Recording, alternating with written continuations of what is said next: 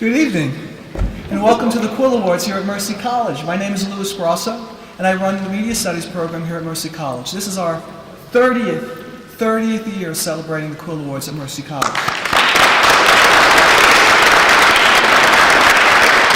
You know, it's a small program, but I remember once an outside evaluator that comes to evaluate the programs every 5 years referred to the program as being the little engine that could. And I said, yeah, that's it. It's the little engine that could, because the success of the students. They do what they do and make us successful. But before we go any further, I'd like to introduce a few people in the audience that have come here. We have our Vice President and Provost Interim, Dr. Bill Sussman, is sitting right there.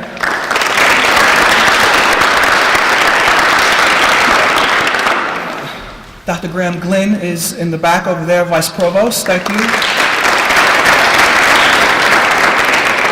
Tells you how important we are when people from that building come to the Quill Awards.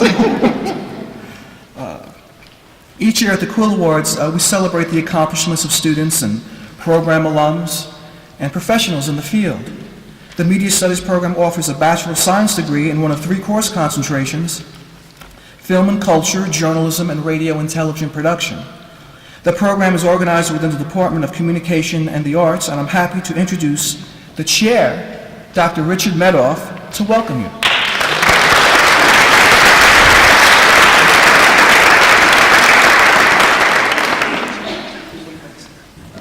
Just a few words of welcome. Thank you all for showing up, especially after the weather that we had yesterday and the troubles on Metro North, etc.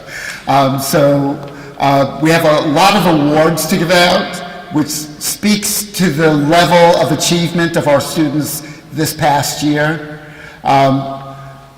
It's odd for me to be standing here to look out here. I feel like this is your life, Dr. Medoff, because there are several generations of my students here.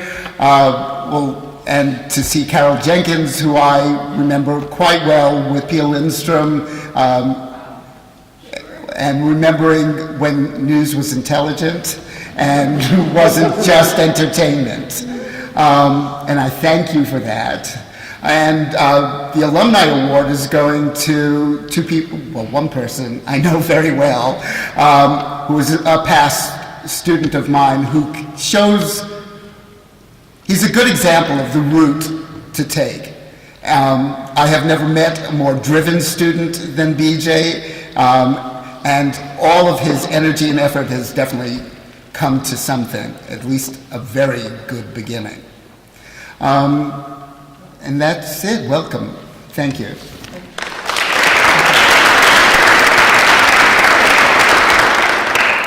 Thank you, Richard. Carol Jenkins moved to New York with her family when she was just a little girl. When asked about her choice of career paths, she said it was rather clear to her. You see, both her stepfather and grandfather worked in the journalism industry, and so she really couldn't see herself pursuing anything else. Carol earned a Bachelor of Arts degree from Boston College and a Master of Arts degree from NYU. She fondly recalls learning as much as she could from her first job in the industry as a secretary, where she would copy scripts for her boss at CBS, I believe it was. In the beginning, Carol did work in radio, but made the move to television as an anchor for WOR-TV in New York, where she became a moderator on the program called The News with Bill Ryan. About a year later, Carol started working as a network correspondent on the early version of what we now know as the Eyewitness News program. After which she landed a job as a reporter with WNBC. Carol worked on evening newscasts, and in doing so, became co-anchor of the weekend evening news programs. This opened the door for Carol to become co-anchor of NBC's News 4 at 6 p.m. And in addition, anchoring the news reports for a popular daytime program called The Today Show. Now, I teased her before. I don't know how she did the news at night, woke up really early in the morning to go on the air again to do, The Today Show. During her 20-plus years at NBC, Carol says one of her most proud and memorable moments was when she covered the release of Nelson Mandela in South Africa. In fact, this coverage led to a primetime special entitled South Africa, A Step Toward Freedom. When asked about the direction of the industry today, with all its new technology, Carol remains optimistic about the flow of information online.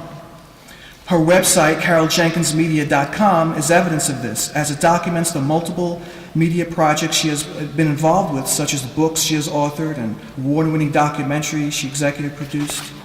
She has also received honorary degrees from other colleges, including an Emmy Award for her work. Carol sits on the board of several organizations, such as the African Medical and Research Center, Humane Farm Animal Care, Northern Manhattan Arts Alliance, Out of the Blue Films, and the Women's Media Center. I believe you founded the Women's Media Center, right? In addition, Carol is dedicated specifically to the participation of women, people of color, in participation in political and economic structures in the United States, and the health of women in developing countries, particularly on the African continent. And if this is not enough, Carol is now working on goodnight books inspired by her grandchildren. So, ladies and gentlemen, this year's Quill Award for Outstanding Professional Achievement, Ms. Carol Jenkins.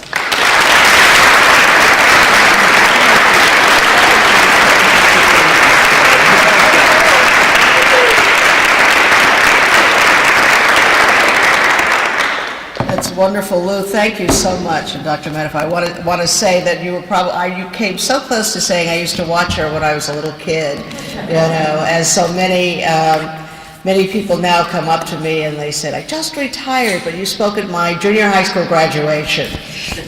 So I started in the business when actually just a few steps behind the Quill. We were not writing that way so much, but we were working in crazy film. If you admire the rapidity at which you're able to get your stories told these days, back then it took forever. And it was, in New York City at least, highly unionized, probably an unheard of thing, for most operations now, but where they expect you to do everything. But in those days you could do nothing but your thing, which meant you couldn't move a chair from point A to chair B. That was someone else's job. And Edie Magnus, who was here, who started long after I did, but heard stories about that, We worked in film, which had to be processed and then cut, and you couldn't touch the film. That was somebody else's job. You couldn't bring it back to the station. That was someone else's job. Well, so that's the way we worked then, and everything took forever. And now, as you are graduating and moving into this industry, we've come to the point where they do expect you to do everything, which is a great thing, because you're talented, and the place where we are now in this industry is so exciting. Believe me when I tell you, you've got the opportunity to turn into this first generation of journalist entrepreneurs, because that really is what you'll have to do and can do, where the essence of your success will come out of your thinking and your take on the world and your observations. You're able now to put a face to it, a personality to it. You don't have to be a part of a huge cog, a nameless, faceless person who writes for some major organization, although some of you may still want to do that, But what I increasingly find is that the ones who go into that nameless, faceless, they're a little cog working for some huge organization. If you're really good at it, you can become the tail that wags the industry. And I think that that's what you need to think about, and what that takes is really, really thinking about the world. And we need you now more than ever. I mean, after I left the news, went into the nonprofit world, where I worked with women who started Gloria Stein and Eve Ensler, women who started major organizations, organization after organization, hoping that this is the last time this organization will solve the problem. And guess what? We have more problems now than ever. So you are, not that any of us failed in the work that we were doing, it's just that we get to the point where things become so complicated, and that's where we are now. If you've been following it, I never thought that basketball would be so central to my existence, but I've been, watching the games every night and following the developments and, ownership and the league and all of that. It's indicative of where we are in a society where, a man who is running a shop, so to speak, that is almost 95% African Americans. Doesn't like African Americans. Okay. You know, I have some thoughts about the difference between saying those kinds of things at a podium like this and being recorded secretly in your own home, let us speak. You know, there are complicated, multi-layers of issues in that whole thing. You know, but you see that. You see one of the breaking stories now coming out of Africa where 250 schoolgirls were kidnapped. And this was a story that took a long time to go viral, as we like to think, because, you know, it's Africa, it's far away, it's schoolgirls, everything is crazy in Africa. But this was really one of those examples of a breaking story that needed to be told, that was hard to come to the surface, and that's where you come in. You know, to use your sense of right and wrong and of things that should be covered and that need to get prominence, and now can, if you use the tools at your disposal. So you don't have to cut the film anymore. I had fun last night reading your online newspaper. Great story in there about the Buddhist temple that I didn't even know existed on 57th Street in Manhattan. Good job. Who was that? You're here? All right, nice. I got, you know, and I said, ooh, I've got to go there. And I love the idea, if you've ever had trouble meditating, you know, that she goes through this whole thing, and then she says, and I still have 20 minutes left to meditate. You know? And that was fantastic. And I was tweeting last night with Sean. Is Sean here? All right, very good. So, you know, she said, oh, Carol Jenkins is coming to campus. And I said, I'm thrilled. So we're using this technology where, even though we didn't know each other, we now have had communication. And so I was able to come here knowing something about the fantastic student body, and, you know, to know that there was a younger person, you know, who was communicating with me. Not that my Twitter friends are that ancient, but because the really ancient ones over 40, let's say, you know, still have a hard time with it. Didn't I read a story that somebody said that Twitter was now old-fashioned and going out of business, and we're just getting on it? I did want to say a couple of things about my take on where we are, because I see, when reading your curriculum and reading what you're about here, it's providing the information that people need to make major decisions. And you know that that's why the Fourth Estate was always so important. That's why it was created, to be the information center for the people of a country who needed to make major decisions, who to vote for, what to approve and what not to approve. And it's my thinking that we have, and in some part because of the technology that's available to us now, it used to be called the public square, and this is where people came to, there's usually somebody shouting out, before the printing presses, this is what you need to know. And everybody came there and everybody listened and everybody went away and made their decisions and did what they felt was right. My vision of what we have now is that the public square is still there waiting for you, to give your input. But for much of this country, if not the whole world, the people have their backs to this square. And you know what they're doing? They have their backs to the square and they have their earphones on and they're zeroed in on the screens and the news that they want to follow. And so we are a very fractured society. We're not attending to the public square. And because of that, we have many dysfunctional things going on in our society. Specifically because we have failed. We are failing in a way in that we are not telling the stories. We are not bringing people back to the public square. We are not operating as a body, knowing that the reason we're listening to all of this is to know who we should vote for and the things that we need to do. So one of the reasons that, as Lou mentioned, I helped start the Women's Media Center, because one of the things missing still in our industry is that in this day, women and people of color and LGBT. And anybody who's not, excuse for the white men who are in the audience, this is not an attack on you. We love you. But for anybody who doesn't fit into that form, that suit, that whatever, they have a hard time still in this industry. And therefore, the stories that need to be reflected from women and people of color and the LGBT community, and as I get older, the senior citizen community, the disabled community, they're still on the fringes.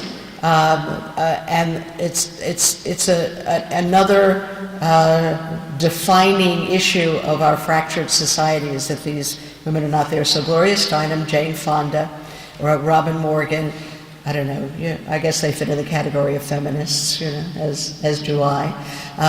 But in the sense, as that word is defined, wanting to make sure that women, for that issue, for the Women's Media Center, participate at the same percentage rate and at the same pay rate. And that's what feminism is, as described by those of us who practice it. And to this day, the last report by the Women's Media Center said that that is still not happening. You know that generally there's the pay gap between men and women, and it persists.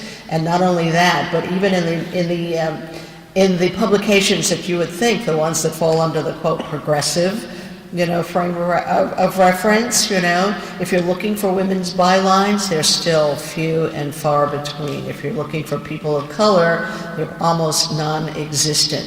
And so I think that as you go out into the field to understand that there are ways that we all have to stand up, and for you, if you happen not to be a woman or a person of color, to look around and say, are there women? Are there people of color? Are there disabled people here?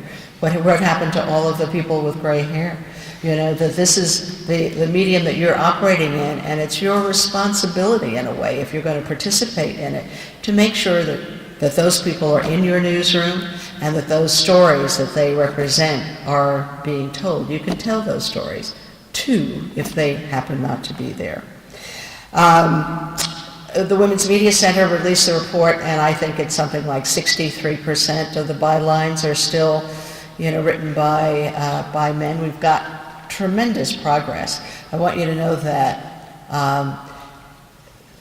what I often say is that now that we've had a woman who has run for president of the United States and may run again, and now that we've elected a man of color to the presidency, don't you think that those types might be able to run a newspaper, to run a television operation, to make the movies, but no, it seems that is the last bastion of control, and it's because of the power of what you will be doing. It is so powerful because it defines who we are, as a society. So my charging words to you as you go off into this industry is to remember that the world really, really needs your voice. They need your take. They need you to know everything that's going on in the world and to tell the stories of people that others may not tell, to stand up for them, to stand up for people who are working in the industry. You are needed. Your opportunity now, because of the technology, is more in your hands than ever before. And I, for one, am really looking forward to reading more of the stories and the tweets and looking at your pictures on Instagram and whatever the crazy thing next is out there that will be the vehicle of information. And congratulations to you all. And thank you. Thank you, Karen. B.J. Harring graduated from Mercy College's Media Studies program in 2008. After graduation and through his internship connections, Bradley obtained a steady freelance position with Madison Square Garden, directing the fan cam camera during live sporting events. Bradley then secured a position in the TV control room at MSG. Soon after, he started working for the New York Knicks franchise as a producer for LED scoreboard content. During all New York Knicks home games. Bradley is currently associate producer at these events. Bradley, or BJ, I'm more comfortable calling him BJ, as he is known by his friends and co-workers and family members, I'm quite sure. Also produces graphics for the New York Ranger home games. In 2013, BJ started a production company called After Hours Films, which specializes in producing sports and music video content.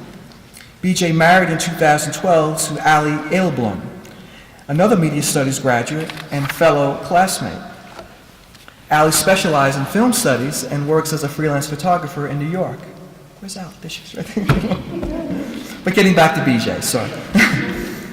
In addition to being awarded Quill Awards when he was a student for playwriting and newspaper production and television field production courses, BJ has been awarded three National Emmy Awards between 2010 and 2012 for outstanding studio shows with work with the Major League Baseball Tonight at MLB.com.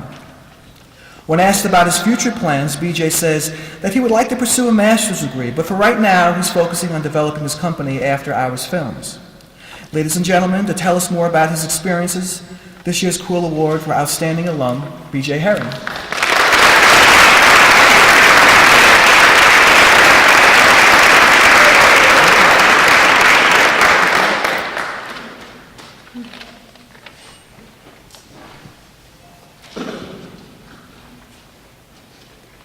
I'm a man of few words. Good night.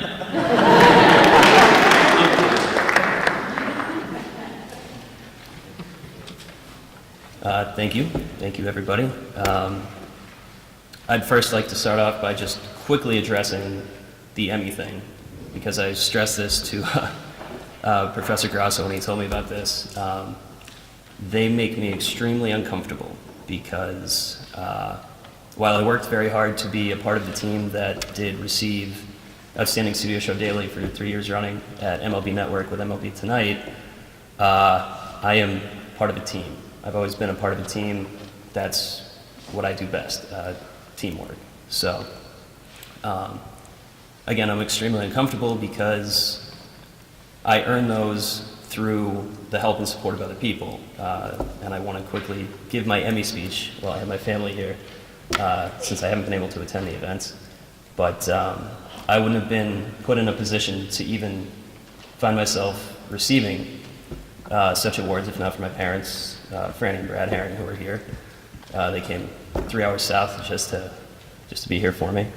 I even have my in-laws. I don't have to do the dreaded, oh my God, it's the in-laws speech. Randy and Steve Weiss, and my sister-in-law Lauren, and then finally my wife Allie, who's been my rock next to me since, she's been my wife since 2012, but she's been next to me longer than that. So, again, Emmy's done.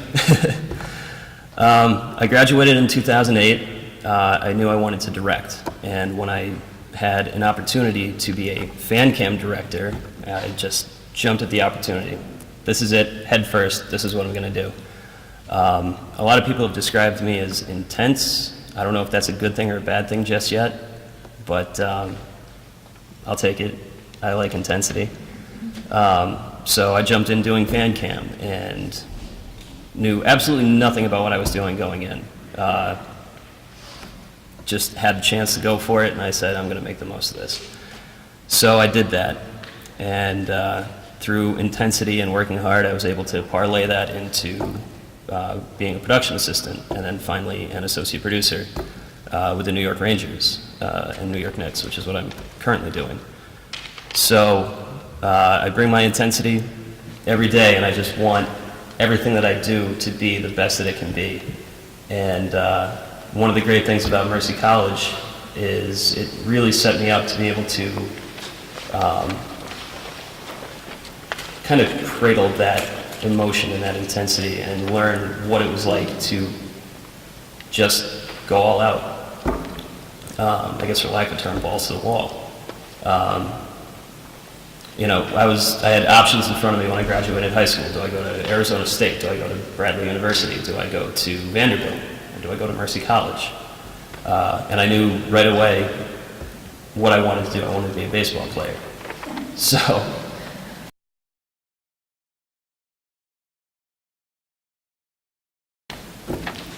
Mercy was the only opportunity I had, and I made the most of it. And I realized pretty quickly I wasn't going to be a baseball player for very long. So one thing led to another, and I had classes with just about every professor sitting in front of me. I had Dr. Groh in the back for philosophy. I had Parada, I had Grasso, I had Madoff, I had Mishevitz, everybody. And they all helped me harness my intensity, and they helped me sort through all the superfluous details.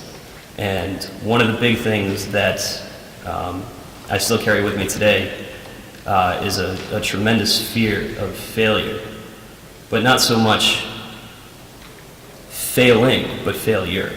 And I think as long as I continue to put myself out there 100%, and I harness that intensity and I put myself into everything that I want to do, I can't fail. I might screw up, and I've done that plenty of times, and I might not be successful the first time, but I'm not going to half-ass whatever I do. Whatever I do, I'm going to dive in head first, and I'm going to put in late nights, unfortunately for my wife, 10, 12, 14-hour days, whatever it takes to get the job done right. As long as you're thinking and you're conscious about what you're doing, and you're consistently trying to make an effort to do the best that you can all the time, you really can't fail. You can screw it up, but you can't fail. So, now coming full circle with the Emmys, that's what I've really wrestled with. I gave it everything I could, and that allowed me to be in a position to be successful with another group of people. If they were personal, I'd probably be standing up here patting myself on the back all day. Like, look what I did. But I'm not there yet. But while you're here, while you're in school, just go for it. Don't be afraid to put yourself out on a limb. I mean, I can't tell you how many times with after hours I've picked up the phone, I've called managers for bands that I always listened to, growing up. I'm not from this area, by the way. That's probably another quick thing to know about me. I'm from the Midwest. I'm born and raised in Milwaukee, which is something that actually means a tremendous amount to me. There's not a lot of opportunities for a lot of things in Milwaukee, which is, again, why when I came out here, it was like, this is it. This is your chance. This is your opportunity. Take it or leave it. You have a choice. So I looked at my options, and I went for it. And as my dad knows, because we've had several conversations about one thing or another, it hasn't always been easy. But you learn from the people who are around you, and you just go for it. And thankfully, I wouldn't be standing up here if it hadn't started to kind of work out. I think to date, even more so than the Emmys, my crowning achievement, so to speak, was the fact that I got to produce the piece that I wrote and directed and produced with Dee Snider from Twisted Sister. And I don't know how many people in this room know who Twisted Sister is anymore, but it was awesome. Dee Snider was everything I ever thought was cool about rock and roll, and then he was smart too. Who knew? But leather jacket, biker jeans, and the long hair. Obviously, it's cool. And it's all good. So if I hadn't put myself out there, if I hadn't spent months and months on the phone coordinating one thing, tracking down another, it was a 3-minute piece. It shouldn't have taken me 3 months to do. But that's what it took. And I'm proud of it. I'm happy to look at it and say, I did that. It's not always going to work out. But again, if you're stubborn, if you don't give up, if you believe in yourself, if you take every opportunity to say, this is me, this is who I am, this is what I want to do, how am I going to do it? You've got all the tools around you. You've got, Parada, Grasso, Madoff, all the people I mentioned before. I'm lucky enough to have a wife who I think digs what I do and thinks it's pretty cool. And I hope my parents are proud. I mean, that's, again, the failure. If God forbid, the day I wake up and I feel like, oh, geez, I really let everybody down. So you just press on. You do what you do, and don't be afraid to get in your own way, get out of your own way, and learn from your mistakes and make now's the time. I worry every day when I walk into a job, and especially the job that gave me the Emmys, that I'd walk in one day and everyone would look at me and say, this guy's a fraud, he doesn't belong in this building with us. But again, as much as I was worried about that, I tucked it away, harnessed it, and learned everything I could. And when I went here, which wasn't all that long ago, even the department was still kind of coming up a little bit, and all the professors will tell you that, oh, well, if we had this, it'd be better. Even if we could get this, it would be better. And, as Carol had mentioned previously, the industry's always growing. It's always changing, especially now. I mean, it's like, it was at a snail's pace, and now, boom, you got Twitter, Instagram, Facebook, all that stuff. So there's content to be made, there's content to be created, there's stories to be told, positive, negative, who cares? Someone's listening. So go for it. Don't be afraid to be yourself, and have fun while you're doing it, because it's fun.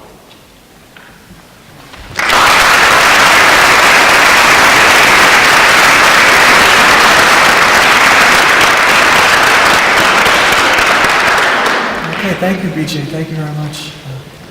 Now we get to the part of the evening where students will receive certificates for excellence in coursework, and I know you're patiently waiting for that. You're grateful for the speakers, but I know you want to see who gets what, et cetera, et cetera.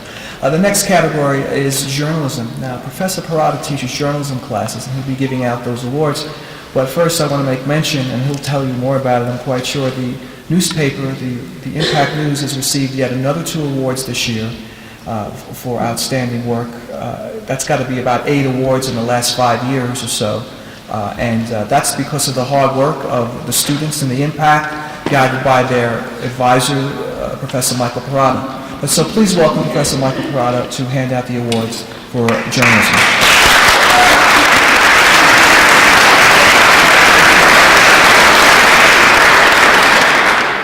It's got a big stack. Okay. Well, first thing I'd like to say to the Impact staff is I hope you realize that the great Carl Jenkins reads your work. There's always that fear that sometimes when you're starting out in this business that, at the college level, who's actually reading this? Is anyone even paying attention? Well, it's proof that they do. So always remember that. And just a quick word on BJ. It's so good to see him back up at this podium. I knew BJ was going to make it when, I guess 5-6 years ago, he had said to me, so listen, I'm going to shoot a heavy metal rock video and I want you to play a psychiatrist in it. And I literally said to him, are you crazy? And he said, well, actually, we're filming it inside a abandoned mental institution. So I said, okay, I said, so there it goes. So typically at this point of the year, every year I give you the speech about how journalism is getting stronger and not going away, and that we are that real strong point that keeps a democracy from being free. But I'm not going to do that this year. Instead, I'm actually going to flaunt the work that our newspaper and that our program is doing, because I feel sometimes that we don't really get an opportunity to do so. And as Professor Grasso mentioned, the Impact staff really earned 2 very important awards a week ago from the New York Press Association. In my 9 or 10 years here, we had really only won one New York Press Association award. We'd won multiple awards for various organizations, but the New York Press Association award is the one that you really want. And what the New York Press Association is, it's a competition of every single college in the state of New York, going up against each other and really determining, who's wrote the best stories over the past year. And up until, last year, we really only had one. And that was a story about the war on terrorism. It was probably the most detailed story we've ever put together. And I felt over the years, we really put, which BJ was a part of, actually, which BJ was a part of putting together that article, so just another accolade for him. And, every year, once you get a taste of that award, you want to do it again, and we're never able to do that. And I know personally how important a Press Association Award is, because when I was coming up in this business, when I won my first New Jersey Press Association Award, I really felt that it changed my career. Because more often than not, you're an invisible byline in your story, which is kind of where you want to be. You don't do this business and this job so people can come up and shake your hand and say, oh, you're a great writer and you do this. You legitimately try to help the people that you're writing about and make a difference. And kind of lost in that sometimes is who did the work.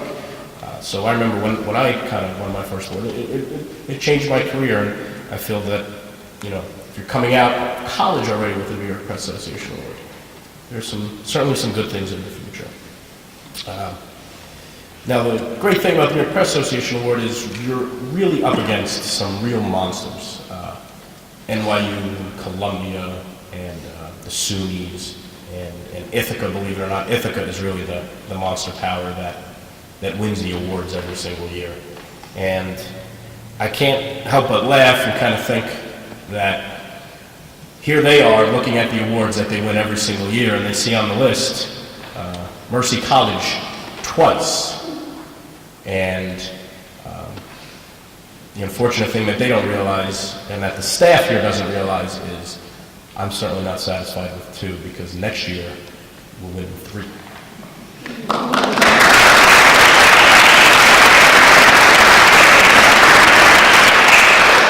But the Writing Awards is not what this business is about. It's just a great accolade and just proof that here we are and someone's reading my work and appreciating my work. And that's always something very near and dear to me. So the 2 awards that we had won for, we won a 3rd place in the state for feature writing, which is the most competitive category.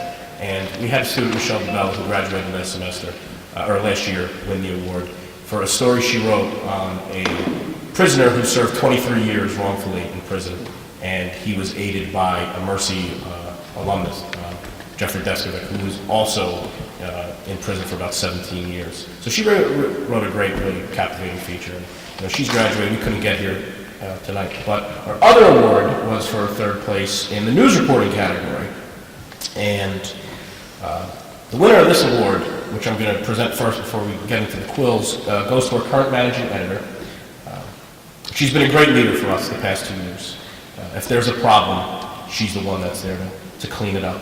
And she's a fiery leader. She's a very vocal leader. And that's exactly what it takes in the newsroom to kind of get everybody going a little bit.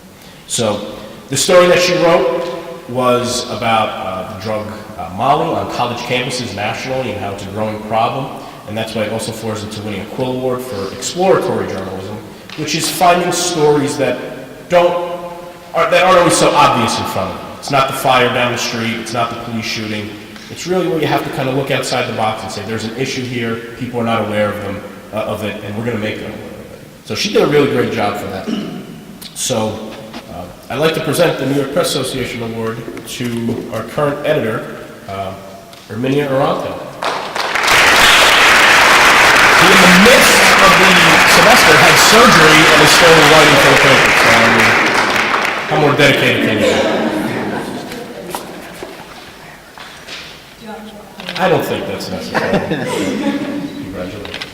Very proud of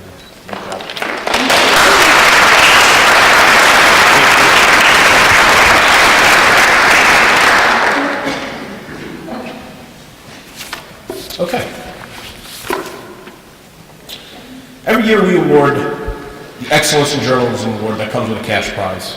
And it goes to the student that really we kind of feel is prepared to take and do great things in this business. And when I think of where this student was 3 years ago and where she is now, I really couldn't be any prouder of her. I remember her telling me a few years ago when she entered the program that this was something that she really wanted to do and that she was going to let nothing stop her. I love her confidence. I love her motivation. I love her ability to say, I'll do that story. No matter what it comes up, I'll do that story. I'll do that story. And that's the attitude you really need to have in this business. This year, she's literally owned the front cover of the paper. Every time it comes out, her name is on the front page. She's done a really great job finding very moving feature stories on students, and that's the best part of the college paper and any regional paper, is really localizing these stories. So she always seems to find these stories. She's the associate editor this year. She's going to be taking over as managing editor next year. So this year's Excellence in Journalism Award winner is Maria Elena Perez.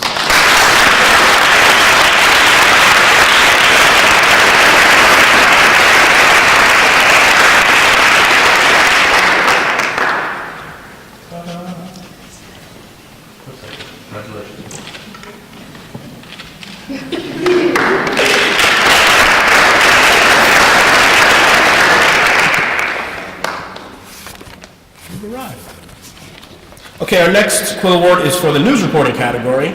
This student is actually not a media major. She is some type of biology, chemistry, engineering. We're not sure what she is, but she comes into class with all these unbelievable things and educates us on science, and the rest of us just sit there and say, okay, Sasha, if you say so.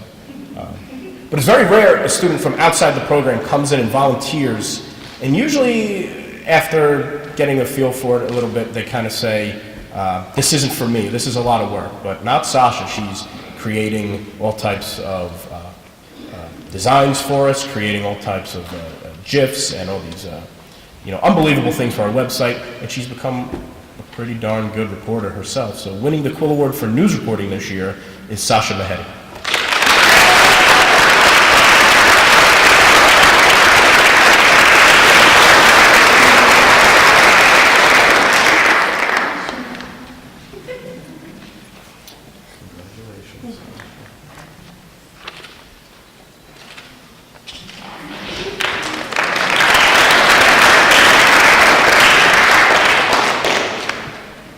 Okay.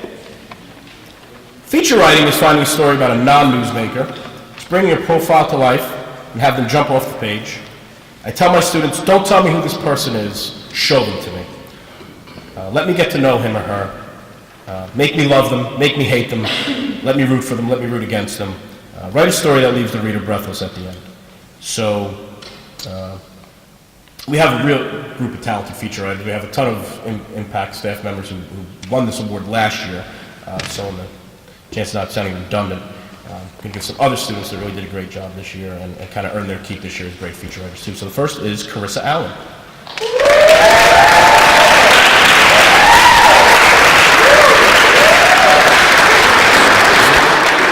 What this one is.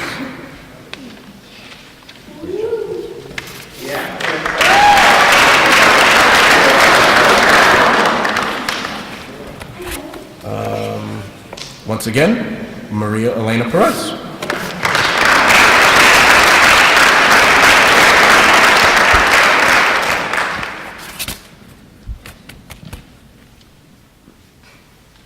Congratulations. Thank you.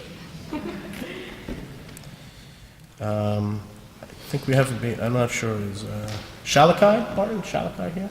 Going once, going twice? No? Catherine McConnell not here? The infamous Kevin Bass? No. Okay, moving on. Sports journalism is one of those fields that's near and dear to my heart. It's how I got into the business, and it's a real juggling act. You're dealing with athletes, and you have to kind of keep in mind what level are they at. High school athletes, college athletes. You'd be surprised, even professional athletes. We kind of view them sometimes as we forget that they have emotions as well at the same time. You have to deal with coaches. You have to deal with parents. You have to deal with family members. It's not just going out there and watching a game and then, reporting on the score. There's a lot involved in sports reporting. So our first winner is one of the sports writers on the Impact right now. He's done a great job of really finding stories that aren't just in the box score. Joseph Kagda.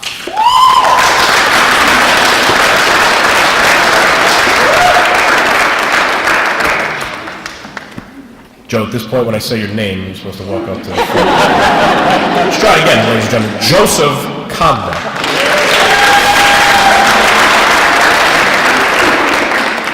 Congratulations.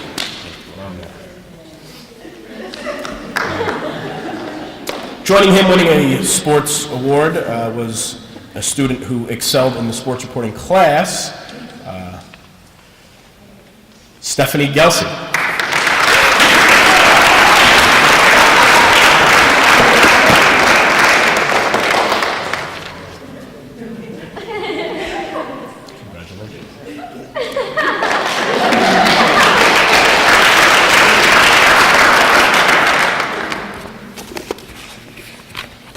Okay, entertainment writing is something that everybody thinks they can do. I've seen a movie, I listen to, I was about to say CDs, but I guess nobody listens to them anymore. I listen to music, I watch television, I can write about it.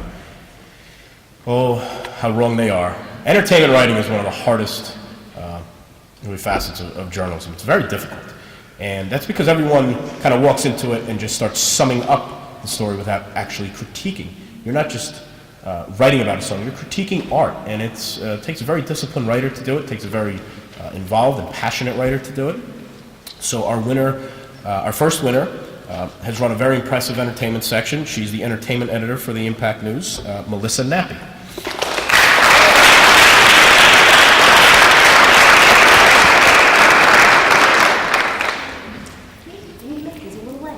Okay, you going nowhere?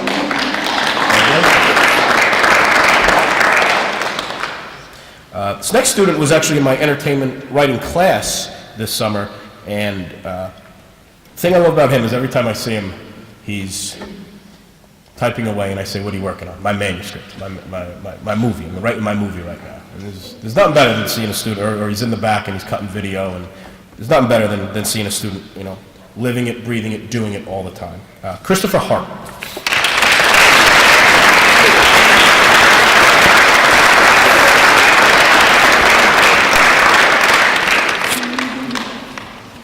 Congratulations, bud. My pleasure.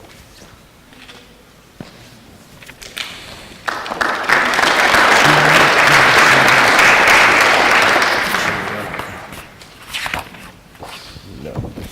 Okay. Next quill is for editorial writing. Sometimes a news story just sometimes really doesn't do a story justice. Opinions do flare up. Positions need to be defended. Lines sometimes need to be drawn.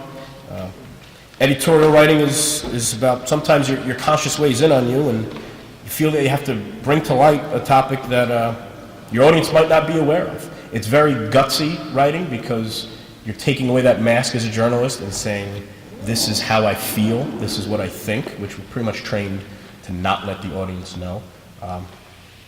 So winning our first award is the opinions editor of the Impact, and he certainly has a lot of them, Samuel Nevey.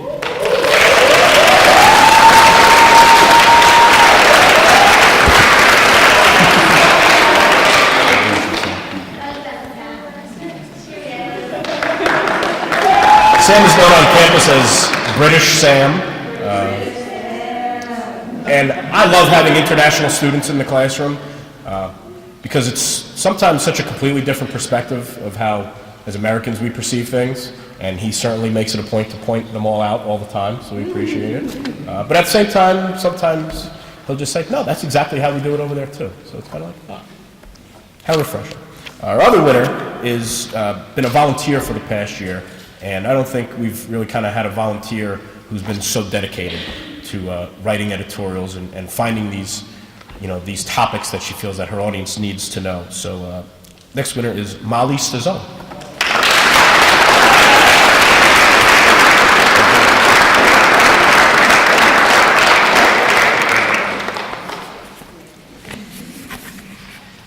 Okay, similar to editorial writing is column writing, but there's a lot of differences.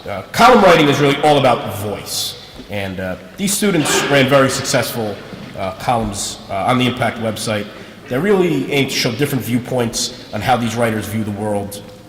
Writing a column is sharing a piece of yourself with your audience, and when they actually turn them in, they turn them in very, very well. So our first winner for column writing is Taylor Ryan.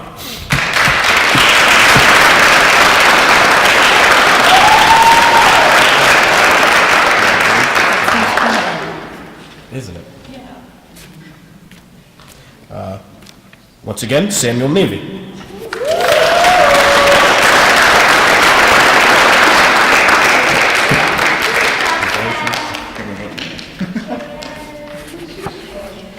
Carissa Allen.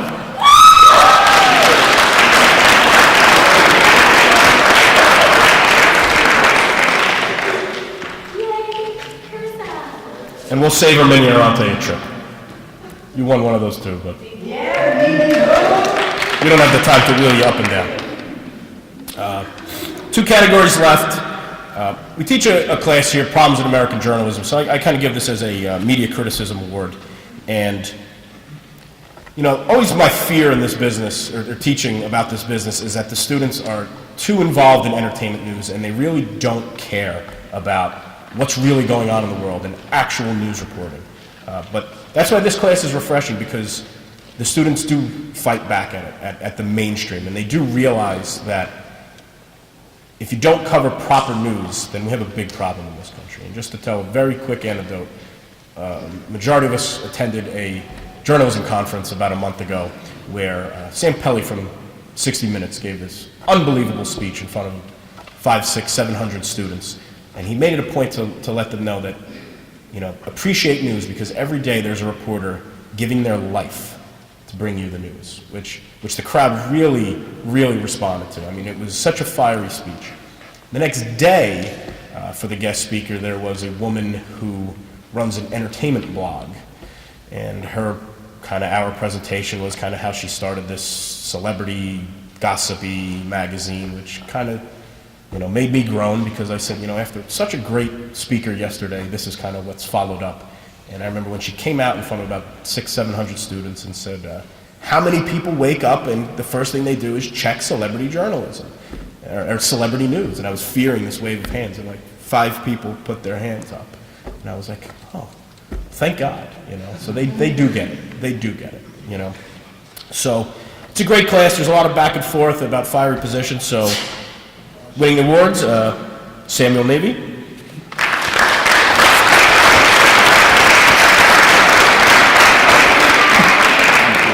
All right, go away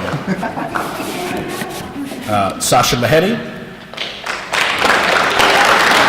And Maria Elena Perez.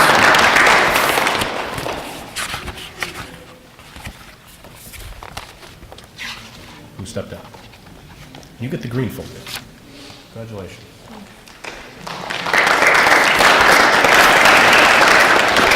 And my last quill tonight is under the photography category. We don't teach a photography class, but our current photographer right now, or we haven't run, in the past year we haven't run a photography class, my apologies.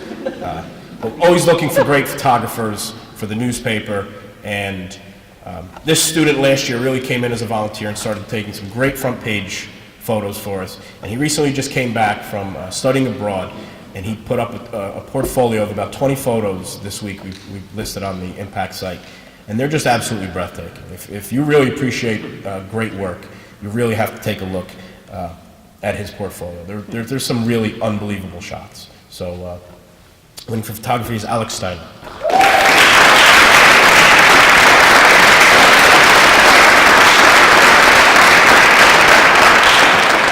Selfie.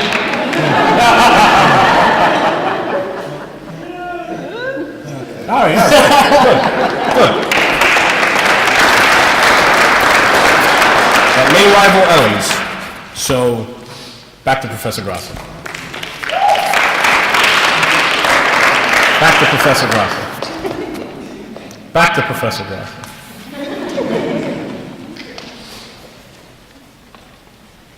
I just wanted to check with Alex. Actually, he was accepted to the Yale School of Art and Photography, and that's where he's going next, his master's degree. Moving right along, Professor Judith Mitchell teaches public relations and runs the Communication Studies program. She's here to present awards in public relations. Here she is, Judith Mitchell.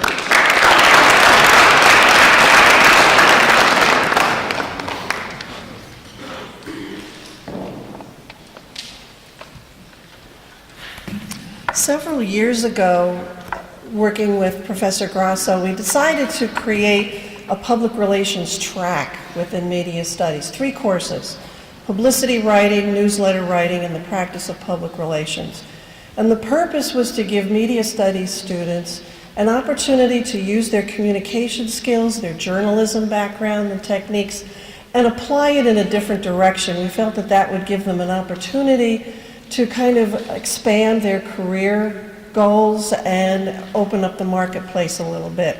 And I'm going to talk to you, Ms. Jenkins, and just say, I can imagine, having been on both sides, right, the news side and your work with foundations, that you have seen the impact of public relations and the role that the two of them play, right? So we're going to give the awards then for the newsletter class, which was held in the fall, and the publicity writing class, which is currently going on.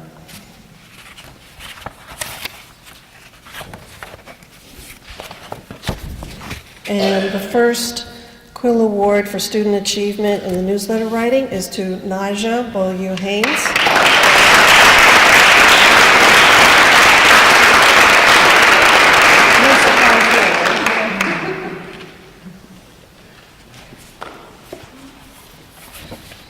The next award is for David Carlo.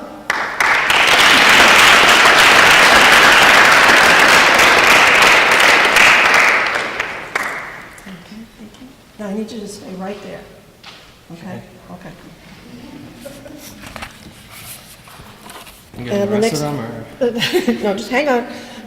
The next one is Ronnie Hernandez. Hey, Ronnie.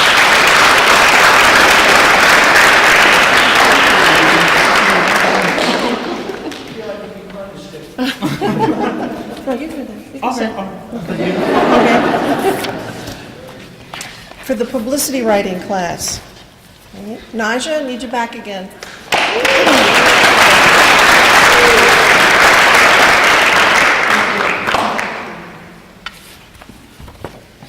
Publicity writing, David Carlo. Okay. Well, you've taken both classes, the newsletter class and the publicity writing class, but I know you're a media studies student, okay? Can you fill us in a little bit on what you think that these two classes... Didn't know it was being...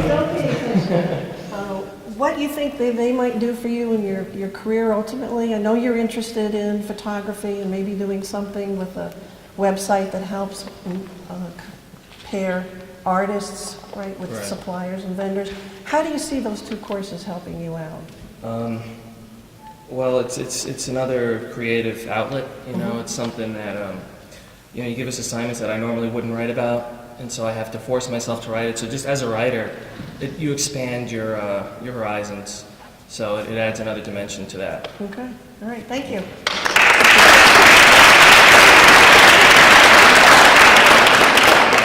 Okay. The next award to Christine Casalino.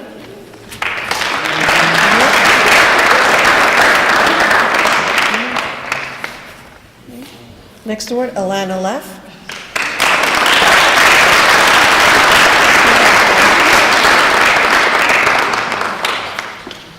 And then I've been asked to give out the awards for the propaganda course taught by another instructor. And I need David Carlo to come back again.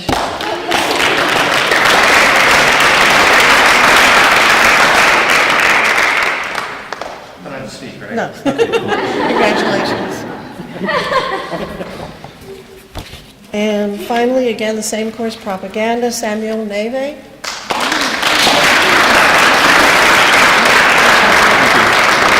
Thank you.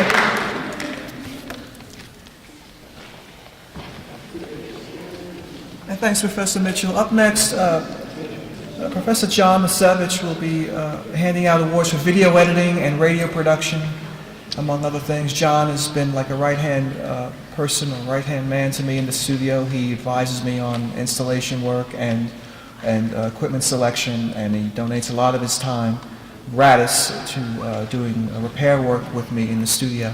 And he's running the camera right now, so please, Professor John Masevich, come up. I'll run camera.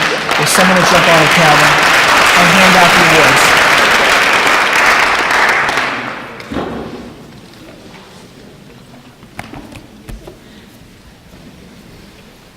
All right, so some of you know me, some of you don't. And, usually I come up here, I got a story to tell you, some words of wisdom, or, something to, inspire you. And this year I got nothing, so we're going to get right to the radio awards. And there's 3 different levels of radio, kind of like a first level and then sort of 2 second levels. And the first level is basically the basics, learning how to speak into a microphone, learning how to talk on radio, learning the basic skills. And this year I feel a little bit, I don't know what the right word is. Gotta think about the right word. Can you come up with the right one? But a little bit differently about this year. And he's not going to say it because it's not his style, but I will, because it's mine. Late last year, the department was, think about this. Think about being on an airplane and you're taxiing out to the runway.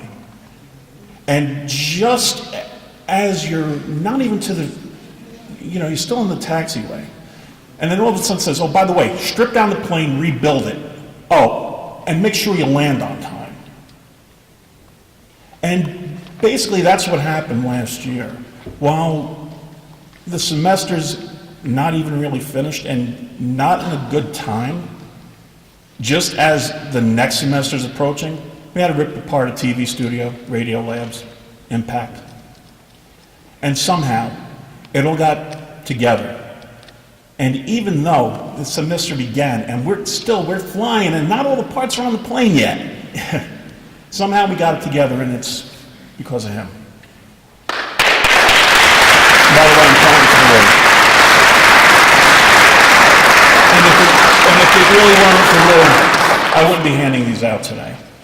So with that, and a little bit of special, heartfelt in these, because you folks did this with a radio lab that was, bubblegum and spit, and you did great work.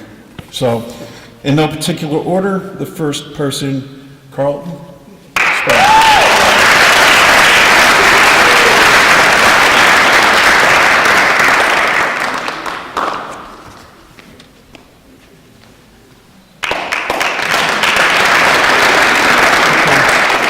I don't know if he's here, but Elijah Diaz is he not here? Okay. Next. I'm going to screw up your name. I always screw up your name. I'm sorry, but Lauren Astuni.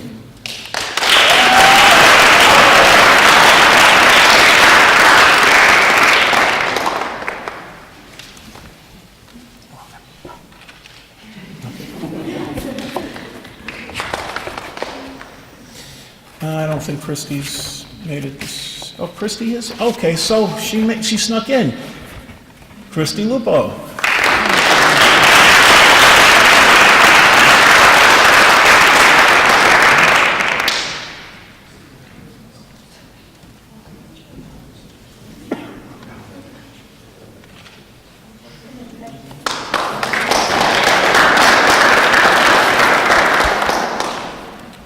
Amanda Droll.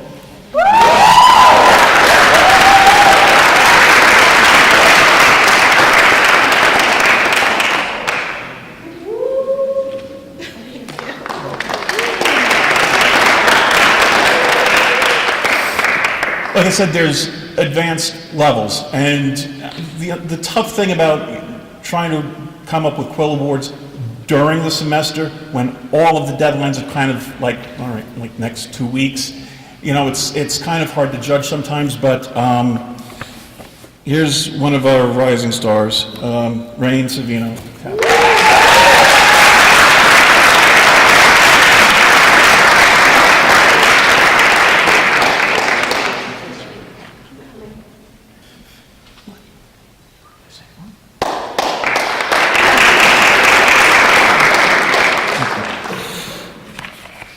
Video editing. Well,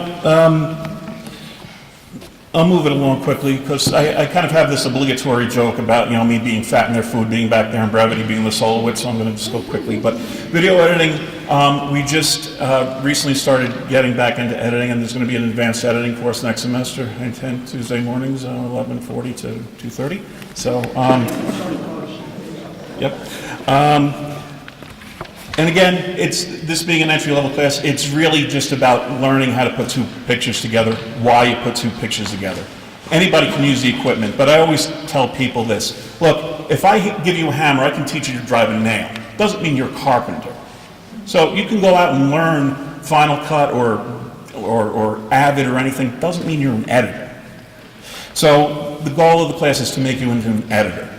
And the first editor I have is... I'm going to screw up your name, I'm sorry. Anthony Bruder.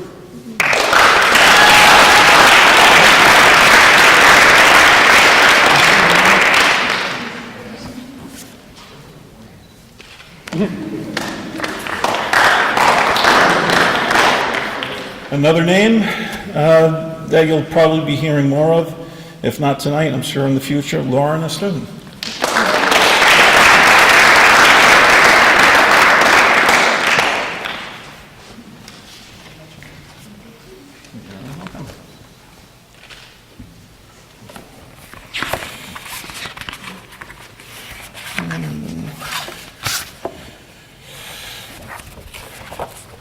I was glad to hear him referenced earlier as a filmmaker, and I always like to remind people, you don't want to be a filmmaker.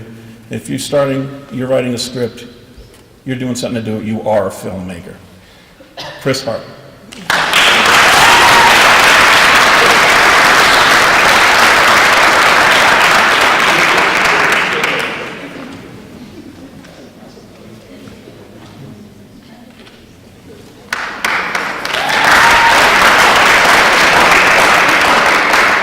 Jeremy? Okay. And someone else that I'm going to be keeping my eye on, Travis Wallace.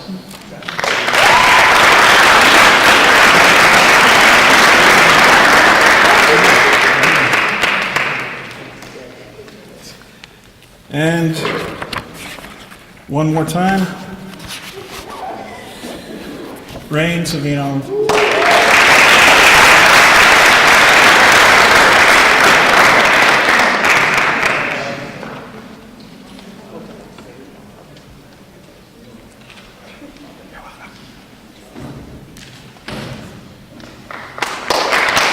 That's it. Thank you, Professor Mashevitz. Up next, we have Dr. Richard Medoff has agreed to hand out the awards for film studies and some script writing classes as well. So please welcome again Dr. Richard Medoff.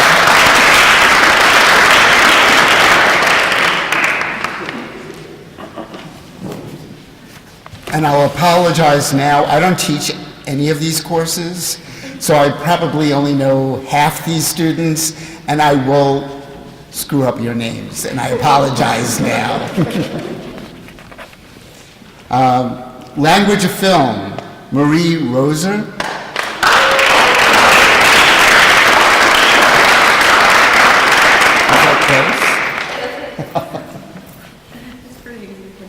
Thanks.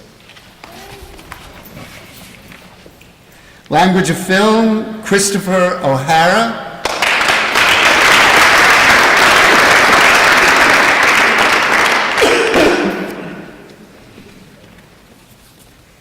I know you don't know me, but congratulations.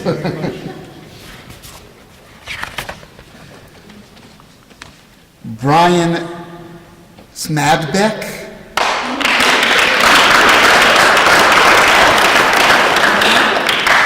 How about Rashawn Pace, film in general.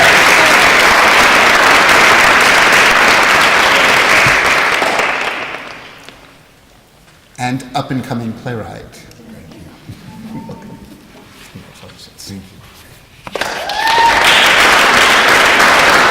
Again, for film and gender, or as we say in the Bronx, gender, Christy Lupo.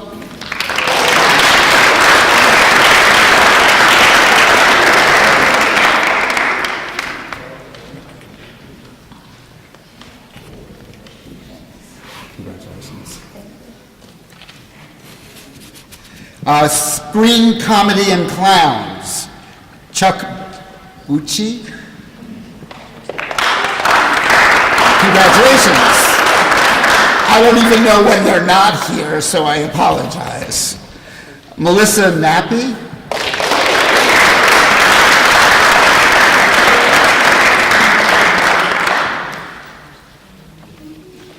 Congratulations, I got the medal. Okay. Advanced Writing for Film and TV, Nicole Newby.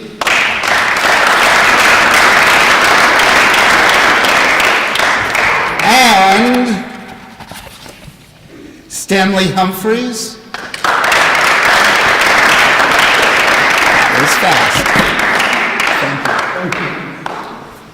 Thank you, Dr. Medoff. Up next, we have Dr. Rebecca Johansson. She teaches performance courses at Mercy College. Please welcome Dr. Johansson.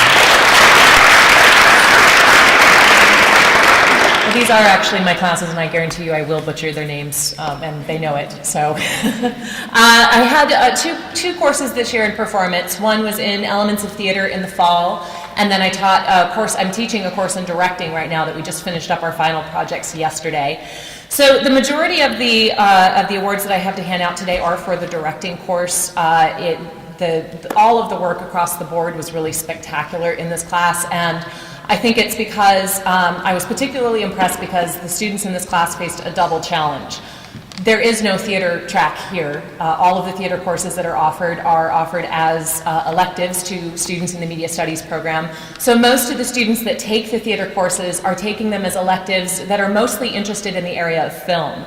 So not only did these students have to figure out and understand directing, they had to understand how directing was specifically meant for the theater. So it was almost as if they had to learn what the theater is and how is it different from film before they could start to think about how to place these stage pictures together. So I was incredibly impressed with all of the work of the students in the course, but there were a few students that rose above and beyond what was expected of them. There were some students who had some particular challenges this semester that they worked really hard to overcome, and so I wanted to reward those students. For the Elements of Theater course, there are also two students I wanted to honor from that course that were also in the directing course and receiving awards for the directing course, so I'm going to hand them both at the same time. So first up, just for the directing class, and I know I butchered your name yesterday 2 seconds after I asked you how to pronounce it, but Elena Almeida, did I say it right that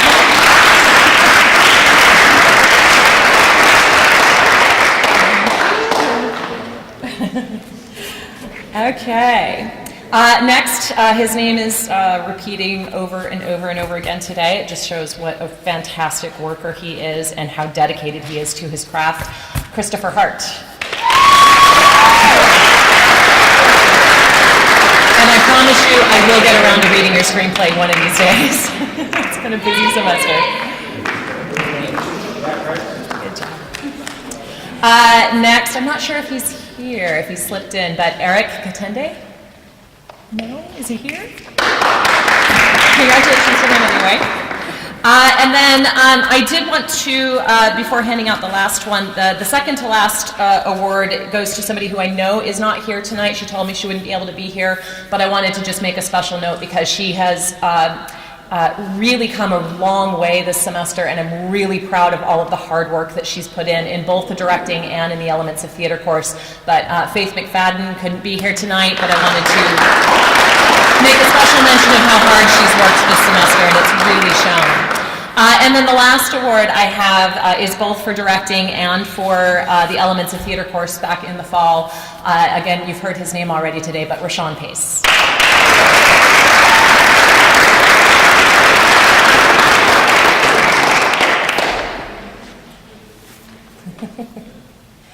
Congratulations.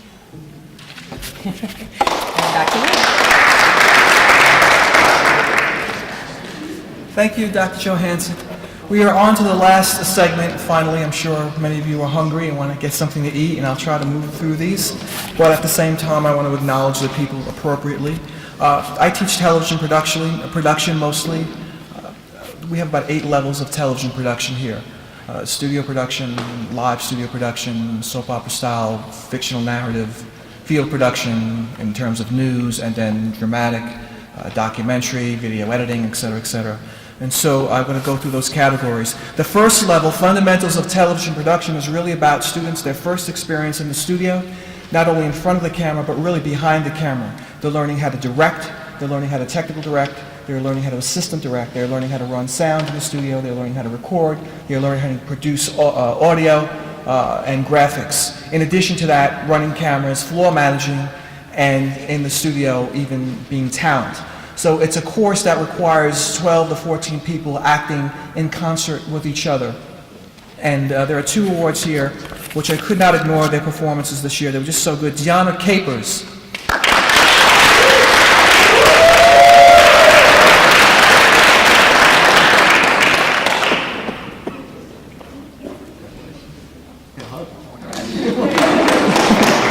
I have to give Deanna more awards. And Christopher Hart.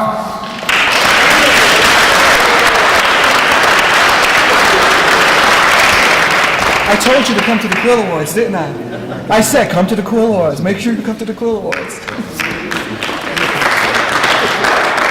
The next course is television studio production. That is fictional narrative producing. That's the first time students are working with a script now. They're working with planned shots, planned actors, action movement, and everyone's following the script. The camera people are following the script. So even the people behind the scenes are just as important to the performance as the people in front of the camera. That's television studio production. And Steve's not here. Hold on one second. Let's go to the next one. We have Lauren Astuni.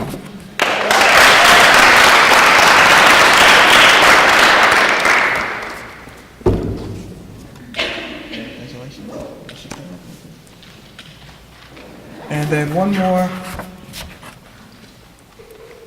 Travis Wallace. I couldn't ignore you. Travis is such a dynamic personality in the classroom that he just could not be ignored. When he's in the room, I know the job is going to get done. I'm not the only one that has to crack the whip. Students are there because they gravitate toward Travis's personality, and it's a wonderful thing to have him in the class. And it's because of him that class is very successful. The next section is television field production. This is now when students go outside of the studio.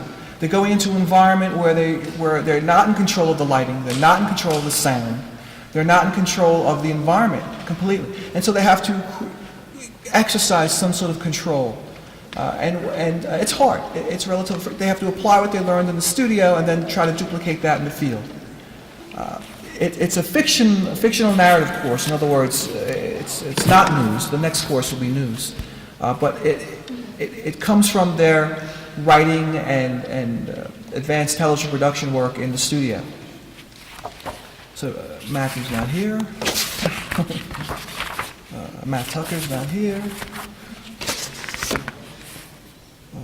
Myron's not here.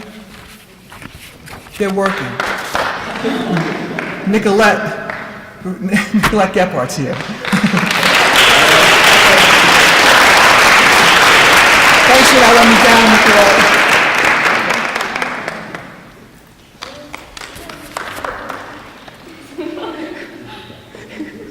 And Quest is not here, he's in class. Okay, so the next section is broadcast news journalism, more of like what our guest speaker has been doing for a large portion of her career. Students are now working in the field, but it's a combination of reporting, writing, acquiring video footage, bringing it back to the studio, editing that footage, and then presenting that footage. It's a lot. Quest is not here, he's in class. Myron's not here, he's working. Sam Nev is here.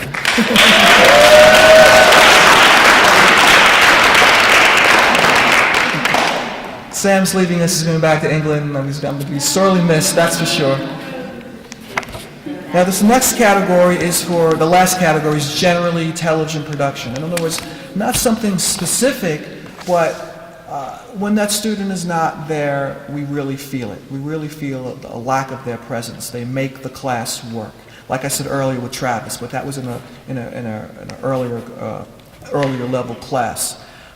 It's not for one specific thing, it's for a bunch of things in the television studio or in the classroom. Without them, the class sort of like wobbles. Rain Savino Tapia.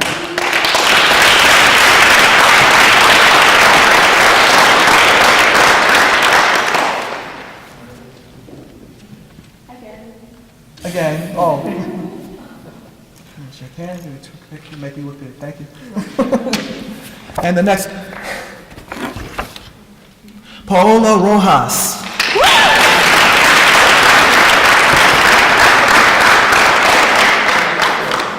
Thanks for coming.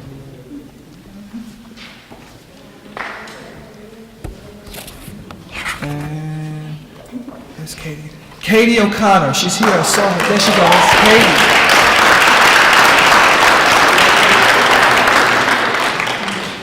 Katie's got a lovely no problem attitude. You can tell Katie, no problem, I'll take care of it. And the job gets done. That's what you want. Jeremy's not here. And Alexis Zapata's not here. And last but not least, Alana left.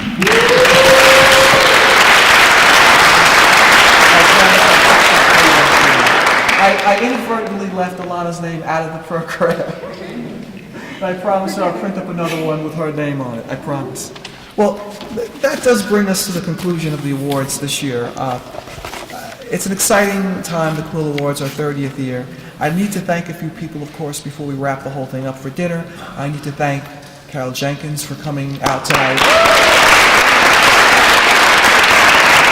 sharing her experiences with us. I'd like to thank B.J. Harring, of course, and his family coming out tonight.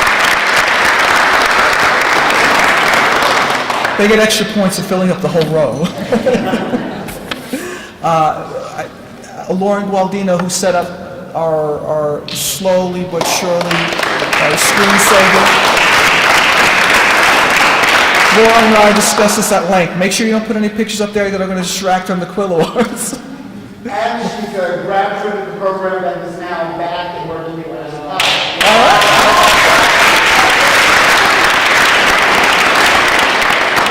I'd like to thank, we have the presenters, the teachers that dedicate to the Quill Awards, that come and present the awards.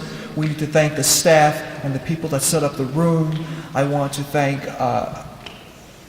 the computer people who made that, Tom Talamini as well.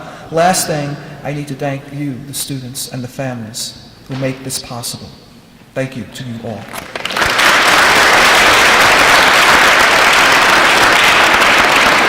So I invite you back to have some dinner. Come on back.